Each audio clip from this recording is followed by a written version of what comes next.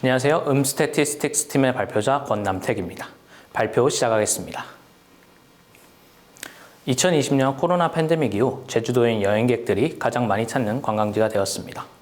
청정 자연환경이 매력적인 제주의 그늘에는 늘 쓰레기 문제가 자리하고 있습니다.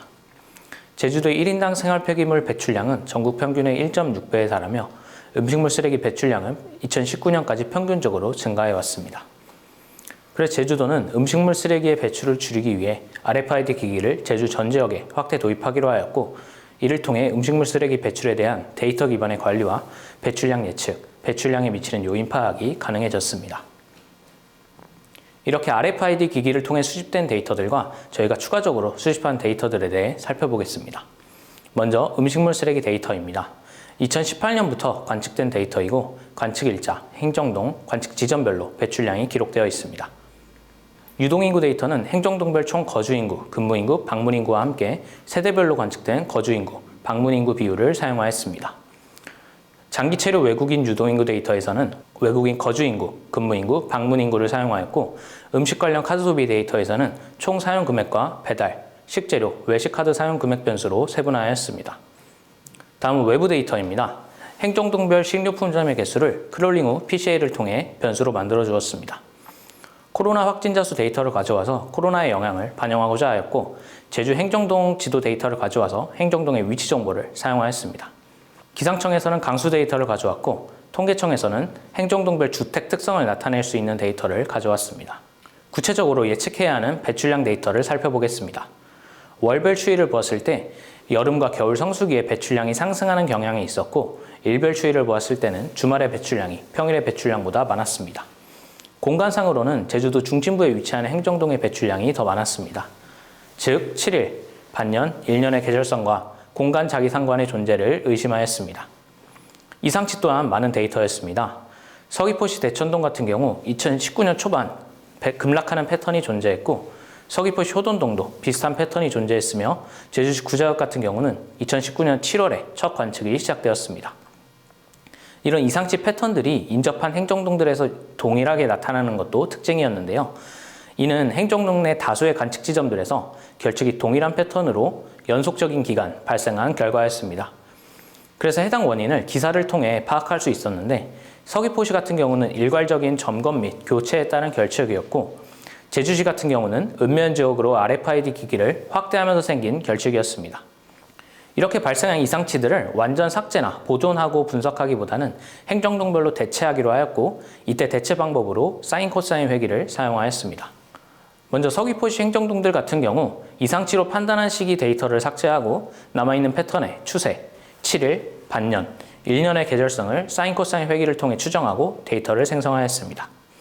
이 결과를 보시게 되면 성수기가 고점이도록 패턴을 잘 잡아낸 것을 확인할 수 있습니다. 제주시 구자역 같은 경우는 모든 기기가 관측을 시작하기 전인 20년 7월 이전의 데이터들은 모두 삭제하고 동일한 방식으로 데이터를 생성하였습니다. 이상치 대체 전후의 결과를 보시게 되면 훨씬 더 실제에 근사하는 데이터가 만들어진 것을 확인할 수 있습니다. 더불어서 행정동에서 이제 알 수 없은 범죄에 대한 예측도 시행해야 했는데, 다음과 같이 4가지 기기 패턴을 살펴보게 되면 이 중에 마지막 잔존 패턴만 쪼개볼 수 있게 됩니다. 20년 7월부터 한 기기에서만 관측이 지속된 것을 파악할 수 있었습니다. 따라서 알 수 없음에 대한 예측은 해당 기기에 대한 예측으로 대체하겠습니다. 이렇게 정제한 배출량 데이터와 다른 데이터들 간의 관계를 파악하고자 합니다. 하지만 그 과정에서 저희는 배달카드 사용 금액이 많아질수록 배출량이 감소한다는 다소 상식과 어긋나는 결과를 확인하였습니다. 따라서 단순히 두 변수 간의 상관만 보는 것은 교란 변수로 인해 실제 관계를 왜곡할 수 있다는 우려를 하게 되었고, 그에 따라 변수 간의 그래프 구조를 파악하는 베이지안 네트워크를 사용하였습니다. 현재 데이터는 이제 시계열적 데이터이기 때문에 구조를 학습하는 것에 조금 더 집중하였습니다. 저희가 관심 있는 변수 X, 배출량 Y, 그리고 이것에 영향을 미치는 제3의 변수 Z의 형태를 다음과 같이 유형할 수 있었는데, 이 중에서 가운데 교란 변수에 집중하였습니다. 이 교란 변수는 보정하지 않으면 실제 관계가 왜곡되기 때문에 꼭 보정을 진행해야 하는 변수입니다. 그래서 저희는 다음과 같은 관계를 확인할 수 있었습니다. 배달과 식료품 구매는 인구를 교란 변수로 갖고 배출량에 영향을 미치고 있었습니다. 하지만 외식 같은 경우 배출량에 영향을 주는 요인이라고 판단하긴 어려웠습니다. 현재 데이터가 시계열 데이터이기 때문에 두 변수 간의 시차를 고려해주기 위해서 그레인저 검정을 실시하였고, 그 결과 배달카드 사용 금액은 2일 뒤의 배출량에, 식료품 구매는 4, 5일 뒤의 배출량에 영향을 주는 것을 확인하였습니다. 거주 인구를 보정하고 시차를 고려해서 배출량과 관심 변수 간의 관계를 파악한 결과 배달 구매 한 건당 2일 뒤에 평균적으로 500g의 음식물 쓰레기가 발생하였고, 식료품 구매 한 건당 4일 뒤에 평균적으로 1kg의 음식물 쓰레기가 발생하는 관계를 파악할 수 있었습니다.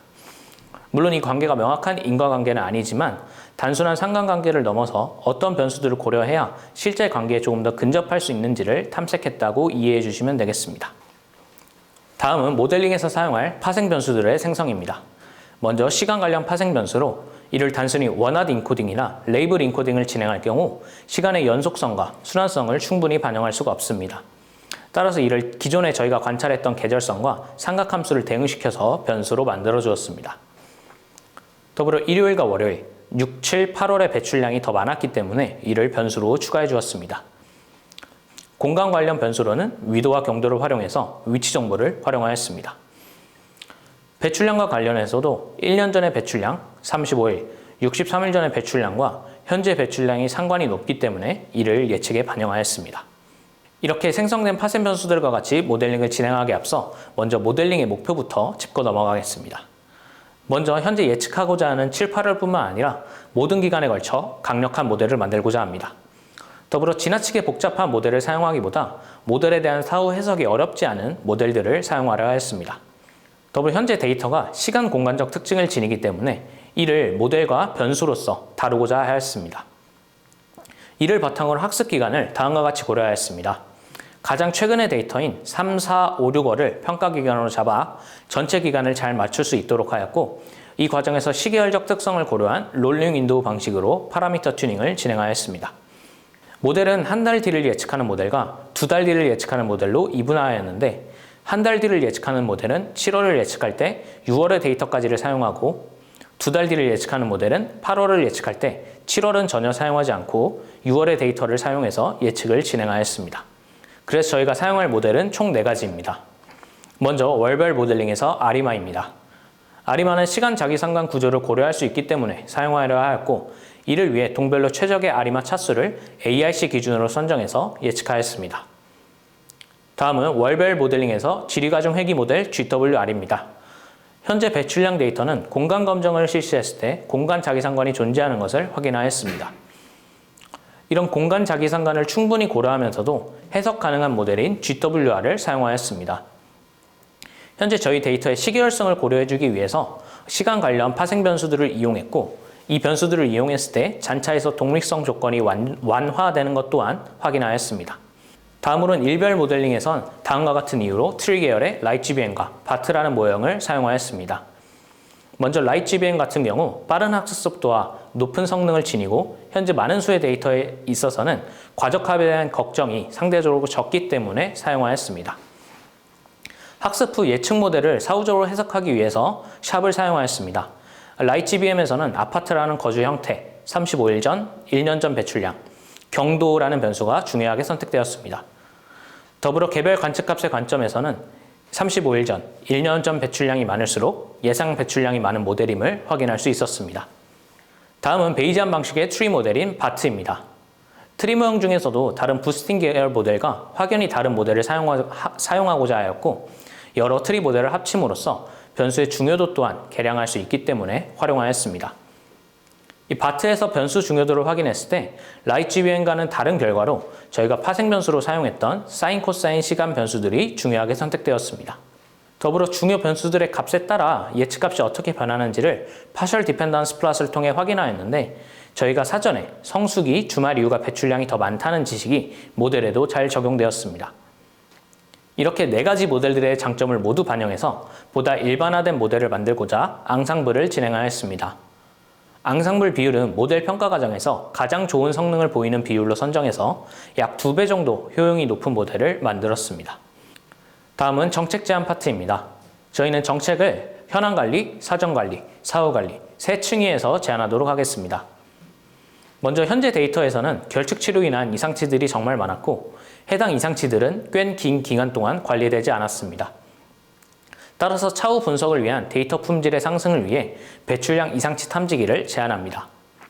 최근 90일의 데이터를 학습해 오늘의 배출량이 이상치인지 여부를 판단하게 됩니다.